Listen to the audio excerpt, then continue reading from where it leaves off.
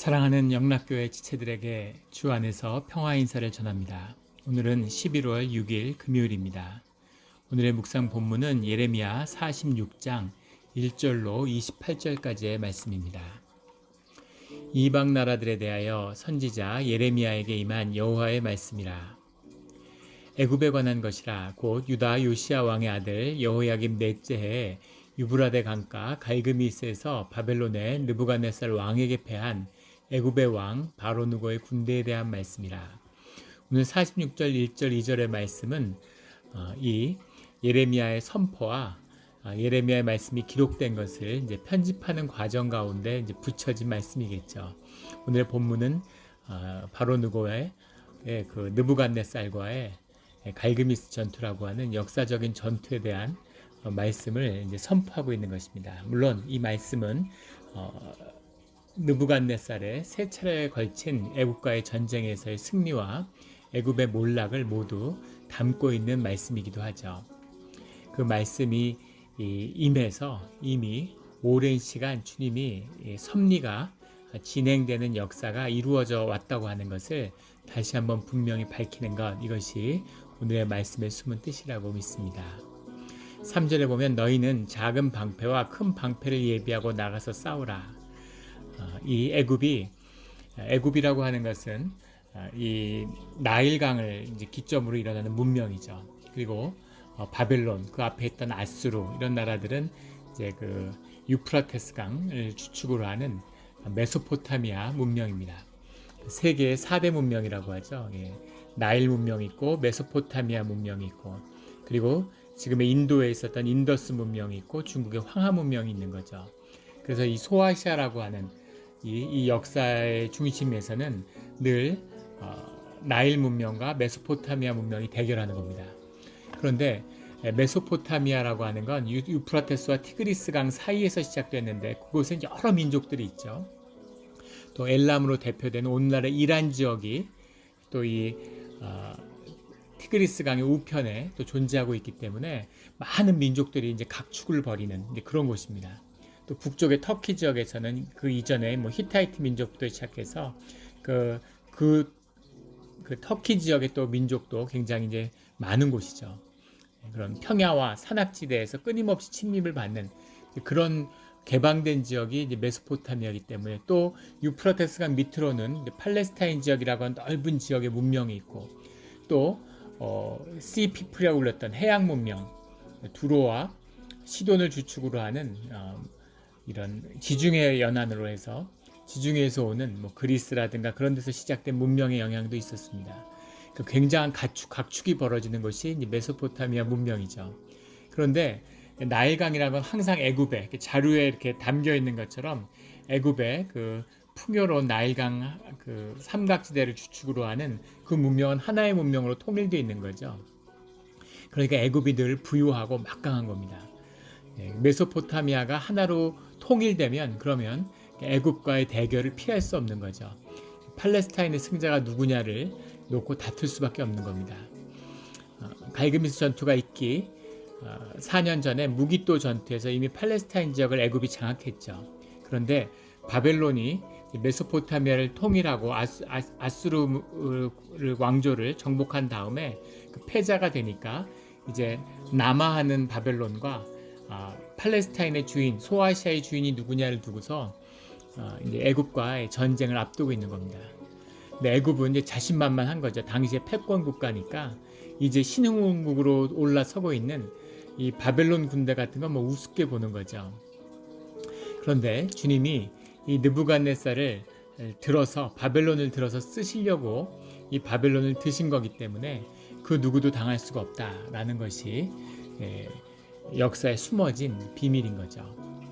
너희는 작은 방패와 큰 방패를 예비하고 나가서 싸우라 하는 것은 이제 애국 군대를 향한 것입니다. 작은 방패라고 하는 건 이제 보병들이 한 손은 칼을 들고 작은 방패로 몸통을 방어하면서 이제 싸우는 것이고, 큰 방패라는 것은 이제 방패를 크게 만들어서 상대방의 활을 쏘는 활을 막기 위해서 막는 거죠. 전쟁 영화 같은 데 보면 이제 쇠로 만든 거 이렇게 들고 다니는데 쇠도 귀했을 뿐 아니라 쇠로 방패를 만들면 무거워서 못 들고 다니죠. 가죽으로 만드는 겁니다. 소가죽으로 만들어서 전쟁이 시작되기 전에 그 소가죽을 물에다 적시는 거죠. 그래야 불의살이 와도 불이 붙지 않으니까 큰 방패와 작은 방패를 들고 나가라 이렇게 외치고 있는 거죠. 18절에 보면 강의 물이 출렁임 같고 나일강이 불어남 같은 자가 누구냐? 애굽은 나일강이 불어남 같고 강물이 출렁임 같도다. 그가 이르되 내가 일어나 땅을 덮어 성읍들과 그 주민들을 멸할 것이라.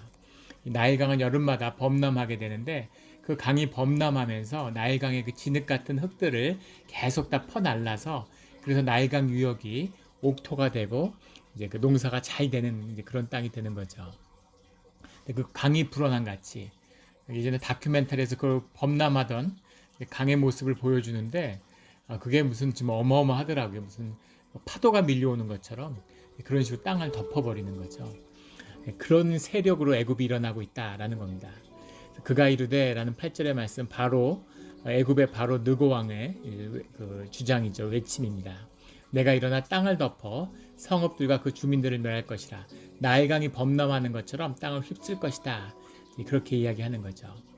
9절에 말들아 달려라. 병거들아 정신없이 달려라. 용사여 나오라. 방패 잡은 구스 사람과 붓 사람과 활을 당기는 루딤 사람이여 나올지니라 하거니와. 구스 사람이라고 하는 것은 이제 에티오피아의 사람들이죠. 아프리카에. 붓 사람이라고 하는 건 홍해 유역에 있는 푼트족이라고 부르는 그런 이제 아라비아의 지역의 사람입니다. 붓 사람들은 이제 기병대로 쓰기 위해서 데려왔겠죠. 구스 사람들은 이제 방패를 잡는 앞에서 용병들인 거죠. 루딤 사람이라는 건 리비아라고 하는 오늘날의 리비아 사람들인데 그들을 활을 당기는 사람으로 데려왔다. 애굽의 군대의 힘은 애굽 사람들에게도 있지만 돈이 많으니까 재력이 풍부하니까 그 주변 민족들을 모두 다 용병으로 끌어다가 쓰는 겁니다. 애굽이 자신만만한 거죠. 바벨론 이런 거 뭐 상대도 안 된다 이렇게 생각하는 거죠. 주님의 말씀은 완전히 다른 것입니다. 11절에 보면 처녀딸 애굽이여 길르앗으로 올라가서 유황을 취하라. 내가 치료를 많이 받아도 효력이 없어 낫지 못하리라. 그런데 이 전쟁에서 너희가 약을 유황이라는 건 상처에 바르는 약인데 길르앗의 산지죠. 근데 이것을 많이 준비해야 된다. 너희가 치료를 받아도 효력이 없을 만큼 그렇게 이 전쟁에서 많은 피해를 받게 된다라는 것이 주님의 말씀입니다. 전쟁은 국력으로 하는 것이 아니죠. 모든 전쟁 안에는 역사의 섭리 같은 것이 움직이는 그 하나님의 뜻이 있는 거죠. 개인이 싸워도 마찬가지, 아이들이 싸워도 기싸움이라고 그러죠. 힘이 센 애가 이기는 게 아니라 기가 센 사람이 이기는 겁니다. 싸우기 전에 안다고 그러죠. 뭘 해도 다 모든 대결과 승부에는 기의 대결이 있는 거지, 에너지의 대결입니다. 역사상 우리 이 몽고메리 원수 영국에 쓴 세계 전쟁사의 큰 고전인데 거기 보면 역사상 수십만 건의 전쟁이 있었지만 그 중에서 가장 불가사의한 놀라운 기적적인 승리로 명랑해전을 언급하고 있습니다. 이순신 장군이 일본의 침략을 막아냈던 그 7천량 해전의 패배로 조선 수군이 전멸하고 원균과 함께 다 전멸해버리고 13척의 배로 이 명랑에서 울돌목에서 서해로 나가는 길목이죠. 거기서 그 한양을 점령하기 위해서 일본이 그 전국시대에 계속 해전을 했기 때문에 해군이 막강했습니다. 해적의 전통이 있는 나라죠. 그래서 사실은 수군을 일본이 바다를 지배했으면 그러면 정말 그 조선의 운명이, 우리 민족의 운명이 바뀌었을 거예요. 그런데 이순신 장군이라는 이제 걸출한 영웅이 나서 정말 민족을 구한 거죠. 바다로 군대가 움직이지 못했기 때문에 일본이 뜻을 이루지 못한 겁니다. 근데 해군을 전멸시켰기 때문에 일본 해군이 병력을 싣고 그대로 인천 상중작전처럼 마포나루까지 군대를 이끌려고 그랬는데 그러면은 한양이 떨어지고 한양 이남에 있던 삼남에 있던 명나라 군대와 조선 군대는 전부 고립되는 거죠. 그래서 일촉즉발의 정말 그 위기 가운데서 330척의 일본 배를 13척의 군함을 이끌고 울돌목에서 거의 전멸시켰습니다. 일본은 3만 3천 명의 병사가 있었는데 일본은 기록의 민족이죠. 일본의 굉장히 좋은 장점인데 기록들이 잘 남아 있어요. 그래서 그 전쟁에서 사망한 사상자가 8천 명이 넘었다는 사실을 기록하고 있습니다. 근데 한국은 전혀 기록이 없죠. 유일한 기록이 이순신 장군의 난중일기인데 그 13척의 배 중에 다친 배가 하나도 없고 단지 4명이 가벼운 부상을 입었습니다. 근데 전쟁의 진행 양상을 보면 육박전이 벌어졌는데 어떻게 상대방이 8천 명이 죽는 동안에 4명이 살짝 다칠 수가 있을까요? 기적이죠. 어떻게 그런 승리를 거둘 수가 있을까? 도저히 13척의 배가 하나도 안 깨지고 상대방의 300여 척의 배를 대파시킨 거죠. 믿을 수 없는 승리를 거뒀는데 그 승리의 이유를 난중일기 이순신 장군이 단 2글자로 천행이다 이렇게 썼습니다. 하늘이 움직였다. 하늘이 도왔다는 거죠. 하늘의 도우심이 없으면 이길 수 없는 것이죠. 전쟁의 그 주인은 하늘의 뜻에 있는 거죠. 이 애굽과 바벨론의 전쟁에서 하나님이 바벨론을 이기게 하겠다. 바벨론을 여기서 이끈 것도 주님이시고 이것은 이 모든 민족, 이 타락한 열방의 민족을 치기 위한 하나님의 도구다라고 주님이 선포하고 계시는 거죠. 그 대상에는 애굽도 포함되어 있는 겁니다. 그래서 바벨론이 이길 수밖에 없다. 이렇게 분명히 예레미야는 주님의 말씀을 듣고서 선포하고 있습니다. 15절에 너희 장사들이 쓰러지면 어찌함이냐 그들이 서지 못함은 여호와께서 그들을 몰아내신 까닭이니라. 이 전쟁에서 느부갓네살이 이기는데 그들이 서지 못한다. 근데 여기 장사들이 쓰러지면 하는데 장사라는 말이 이제 장사라고 해석을 했죠. 용사들, 장사들. 아비르라는 말인데 용감한이라는 뜻이 있습니다. 용감한 사람으로 봤기 때문에 장사라고 해석했는데 아비르는 황소라는 뜻이 들어있어요. 근데 이게 아주 그 복합적인 뜻을 가지는 건 황소가 그 애굽 사람들이 섬기는 아피스의 신상이죠. 아피스 신이 황소로 나타나는 겁니다. 그래서 황소로 봐도 되겠죠. 황소의 쓰러짐, 그러니까 애굽의 그 신 아피스가 쓰러진다는 거죠. 근데 그들이 다시 서지 못한다. 왜 서지 못하느냐? 여호와께서 그들을 치셨기 때문이라는 거죠. 18절에 만군의 여호와라 일컫는 왕이 이르시되 나의 삶으로 맹세하노니 그가 과연 산들 중에 다볼같이 해변에 갈멜같이 오리라. 그 바벨론의 군대가 오는 모습을 이번엔 주님이 말씀하시는 거죠. 그런데 그들이 과연 산들 중에 다볼같이, 다볼산이라는 건 해발이 550m밖에 되지 않는다고 합니다. 굉장히 낮은 산이죠. 그런데 재밌는 건 이것이 이스라엘 평야에 있는데 이스라엘 평야라고 하는 그 완전히 평지에 있기 때문에 550m지만 굉장히 압도적이고 거대한 산처럼 보인다고 그래요. 홍콩에 가면 그 이름은 잊어버렸는데 이제 작은 산이 있죠. 그 홍콩 사람들이 그 산에 오르고 홍콩의 그 산이라고 막 그러는데 해발이 한 300m밖에 안 되죠. 그러니까 뭐 산이라고 하기도 민망한 수준인데 거기서 높은 산인 거죠. 그런 것처럼 평평한 네팔 같은 데는 세상에 세계에 그 7,000m 이상 되는 네팔에 7,000m 이상 되는 산이 한 2,000개 된답니다. 아프리카에서 제일 높은 산이 5,000 몇백 메타 그렇죠. 무슨 5,000m만 넘어도 어마어마한 산이고 그런데 네팔에서는 산이면 기본적으로 한 7,000m는 넘어야 되는 거죠. 7,000m 넘는 산이 2,000개가 있는데 1,000개는 이름이 없대요. 아프리카에서는 5,000m만 돼도 뭐 킬로만자로, 일본에 한 3,000만 되는 후지산, 우리나라에 한 2,400m 되는 백두산, 2,400m 민족의 영산이다 이러고 막 추앙받는데 네팔에서는 7,000m가 넘어도 이름도 없는 거죠. 그냥 다 그 산이 그 산인 거죠. 근데 이 다볼산은 평야지대에 있기 때문에 550m라도 웅장한 거죠. 해변에 갈멜같이 오리라. 그 지중해 바닷가에 있는 갈멜산인데 갈멜산도 높은 산은 아니고 해발도 이것도 한 500여 m밖에 안 되는 산인데 갈멜산은 수북이 아주 빽빽한 높은 나무들이 빽빽히 들어서 이제 그런 곳이라고 하죠. 백향용 나무들이 쫙쫙 솟아가지고 높이 솟아있는 이제 그런 산이라고 합니다. 그래서 그 산이 이제 압도적으로 보이는 거죠. 산이 높고 마치 다볼산처럼 갈멜산처럼 그렇게 바벨론이 온다. 그 자체가 커 보이지 않고 그 자체가 많아 보이지 않지만 그 기세가 대단하다는 거죠. 주님이 그들 가운데 함께 돕고 있다라는 겁니다. 19절에 애굽에 사는 딸이여 너는 너를 위하여 포로의 짐을 꾸리라. 노비 황무하여 불에 타서 주민이 없을 것임이라. 노비라고 하는 것은 이제 멤피스를 의미하는 겁니다. 애굽의 수도죠.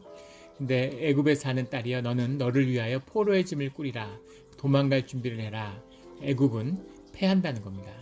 21절에 그 중에 고용꾼은 살찐 숫송아치 같아서 돌이켜 함께 도망하고 서지 못하였나니 고용꾼이라는 건 앞에 나왔던 구스, 붓, 루딤 사람들을 지칭하는 것이겠죠. 용병들은 살찐 숫송아지 같아서 도망가서 제대로 서지도 못한다. 딸 애굽이 수치를 당할 것이다 라고 주님은 분명히 말씀하고 계십니다. 25절에 만군의 여호와 이스라엘 하나님께서 말씀하시니라 보라 내가 노예 아몬과 바로와 애굽과 애굽의 신들과 왕들 곧 바로와 및 그를 의지하는 자를 벌할 것이라. 이것이 바벨론을 들어서 이 애굽을 징계하는 하나님의 도구다 이렇게 말씀하시는 거죠. 노아몬인데 노예 아몬 이렇게 불렸는데 아몬 신을 얘기하는 거죠. 노라는 것이 테베인데 테베도 애굽 역사에서 굉장히 중요한 도시죠. 아몬 신은 원래 그 테베의 신이었다고 해요. 근데 나중에는 테베가 중요한 도시가 되니까 도시와 함께 아몬도 같이 성장해서 아몬 신이 다신교니까 이제 수많은 신이 있는데 처음엔 라라고 하는 신이 가장 태양신이 중요시 됐지만 후대에 가면 아몬 신이 거의 주신으로 이제 부상하게 되는 그런 걸 보게 되죠. 그 테베의 신이었기 때문에 노아몬 이렇게 불렀던 겁니다. 노예 아몬뿐 아니라 그들의 신들과 바로와 그를 의지하는 모든 자들을 벌하겠다라고 주님이 선포하고 계시는 거죠. 26절에 그 후에는 그 땅이 그 생명을 노리는 자의 곧 바벨론 손 느부갓네살 왕의 손과 그 종들의 손에 넘기리라. 그럴지라도 그 후에는 그 땅이 이전같이 사람 살 곳이 되리라. 애굽 자체를 무슨 바벨론을 더 사랑하시고 이런 게 아니죠. 애굽의 이 우상 숭배와 애굽의 이 죄악함을 벌하기 위해서 바벨론을 쓰는 것이다. 이렇게 말씀하고 계시는 겁니다. 느부갓네살 왕 치하에서 3번 애굽과 큰 전쟁이 있었죠. 그런데 첫 번째 전쟁은 사실은 압도적인 애굽의 전력에 비해서 바벨론이 다 질 거라고 봤는데 바벨론의 극적인 승리를 거뒀습니다. 애굽의 역사에는 애굽이 졌다고 얘기하지 않아요. 애굽도 갈그미스에서 이겼다고 서로 얘기합니다. 역사의 기록에 보면. 그런데 그 진행을 보면 바벨론이 이긴 거죠. 팔레스타인을 내주고 물러났기 때문에. 하지만 바벨론도 애굽을 쳐들어가서 싸울 만큼의 국력은 못 됐습니다.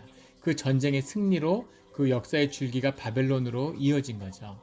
그 뒤에 2번의 전쟁이 있었는데 첫 번째 605년의 전쟁이 사실상의 그런 전쟁이었고 578년과 570년의 전쟁은 느부갓네살이 군대를 이끌고 이 애굽을 정벌하는 전쟁이었습니다. 그래서 이것은 뭐 장울 겨루는 전쟁이 아니라 바벨론의 침략에 맞서서 애굽이 저항하다가 항복한 이제 그런 사건이라고 봐야 되겠죠. 첫 번째 그 전쟁. 근데 이것이 3번 크게 패하고 결국 내부에서 반란이 일어나가지고 리비아의 반란으로 이 애굽 왕이 이제 죽고 마는 그런 일들이 벌어지게 되는 거죠. 그래서 하나님의 말씀은 성취되었습니다.